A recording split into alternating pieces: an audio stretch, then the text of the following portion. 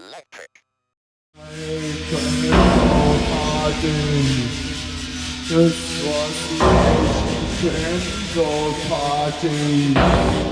Right now, and that's where these works come from, in the almost completely gentrified gallery area of Berlin-Mitte.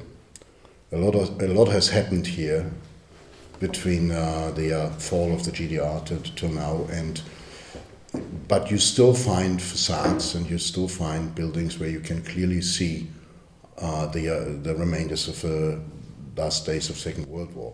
I've heard you say that you thought that you might go into natural science originally, and you were interested in hieroglyphics and astronomy and things like that. Because you saw that Yeah, documentary. I saw this. Yeah, my mother says these things. I think back then everybody my age wanted to be an Egyptologist or an astronomer. Mm-hmm.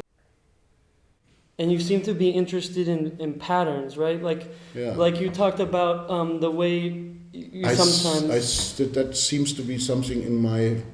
I don't know if it's correct to say personality, but it is certainly something that is within my way of perceiving things. Right. When I walk and when I look out here, I think everybody is doing that. But I have a particular fascination with patterns. Yeah. Right. I like to look at patterns and at random patterns. There's a combination between, let's say, the Cajun, idea of being not involved in the making of something, right, and pattern you can go back all the way to like still life, basically. Right. I like the random representation of things. I mean, a still life is maybe very much artistically constructed, but it's usually meant to look like it's just randomly things on the table, right, like this. This is a pattern that.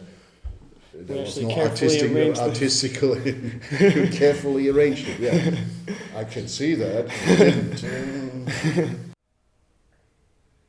Well, I have been working with EINSCHÜSSE and Neubauten for 32 years, and the basis and the fundament of everything we're doing is material, right, in the true sense of the word, like material objects, things. Materials of different nature, metal, polystyrene, whatever you name it, it's material. And what I learned is that all you need to do is finding a strategy to convince these materials to reveal something that you didn't know before. Right. Yeah, I still believe in the fact that music, the making of music, and I guess I can expand that to other media too, but making music, I have the best proof for that. Mm-hmm. Making is for me still something like finding out something about something that I did not know before. Right. So I do come. The best way for me to start working, as I do now, is always to come with a set of questions. Right. And then ask these questions to whatever the material is, and find a strategy to convince these materials to reveal something to me. So there is revelation within material. That can, of course, be doubted. You can say, well, that is not a real revelation. That is something that is like mirroring from your mind, blah, blah, blah. But I have come to, in these processes, I have learned things. Right. Learned things from things. So I guess I apply that to other techniques and to other disciplines too. Mm-hmm. So for me, photographing the bullet marks in the facades here in the gallery area was not any different than working with. I wanted to reveal something. Right. And is the urge to reveal something? Is it based off a sort of?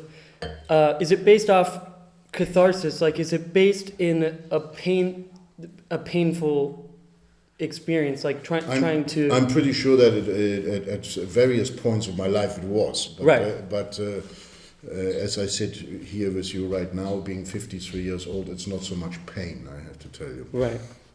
It goes away, that pain. I can promise you. It's not going to be there all the time. I have other pains.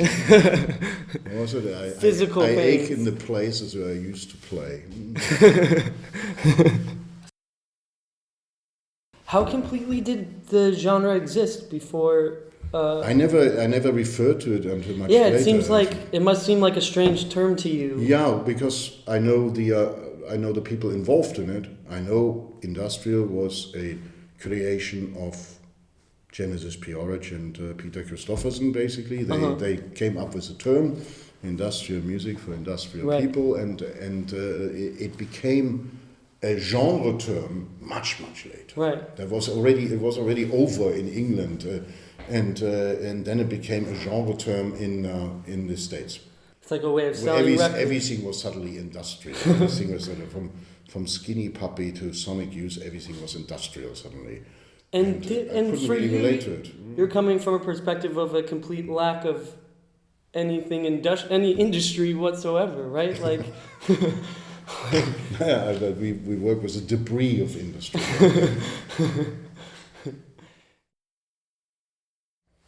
Apocalyptic way. In terms of... we were in West Berlin. Yeah.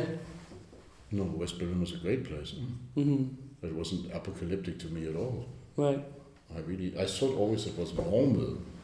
Only when I went to other places, I realized, because I was born here, and when I went to other places, I realized that not every place is like West Berlin. Right. Back then, like in the late 70s, early 80s, New York seemed to me like some far out end subway station of the Berlin subway net. Right. Yeah, it was really going to New York at that time, like 1981 or something. You felt perfectly at home. Right. It was just the same chaotic, and maybe it was a bit more violent, but that has to do with gun laws and things like that. But that it really felt like it's some far out suburb of West Berlin to me. Right. It's very much like Disney World. And that was right reciprocal too. Like it was Berlin. West Berlin was full of Jim Jarmusch back then, or Lydia, or whoever. They were all also here.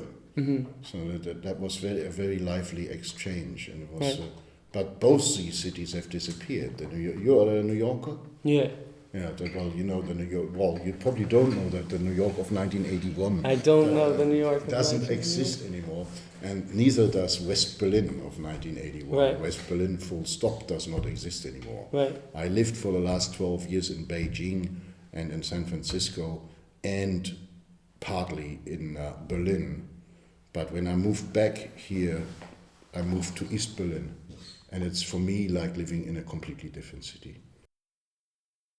No, the control is certainly the wrong word. Mm-hmm. I think it is you get much more valuable result if you lose control, right. Or if you don't even try to put control on it in the first place. Mm-hmm. So you even need strategies for that. You need strategies to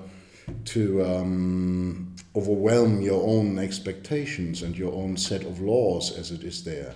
If I would just go like I can do everything I want, and then I would certainly not end up with anything interesting, because I would just repeat things that I have already made up as laws and ideas in my head. So I have to reduce my possibilities, my artistical possibilities, and I have to get myself out of the decision process as much as possible. Right. You can always come back into it, and I mean that. If you go to the gallery, even the hanging there is just implied a random generator. Right. And you can of course spend hours in there saying, should we hang that black one next to the white one, or etc. No, I just implied a random generator. And when I accepted the result, I looked at it and thought, looks as good as anything that I could have come up with. Right. Mm. Okay.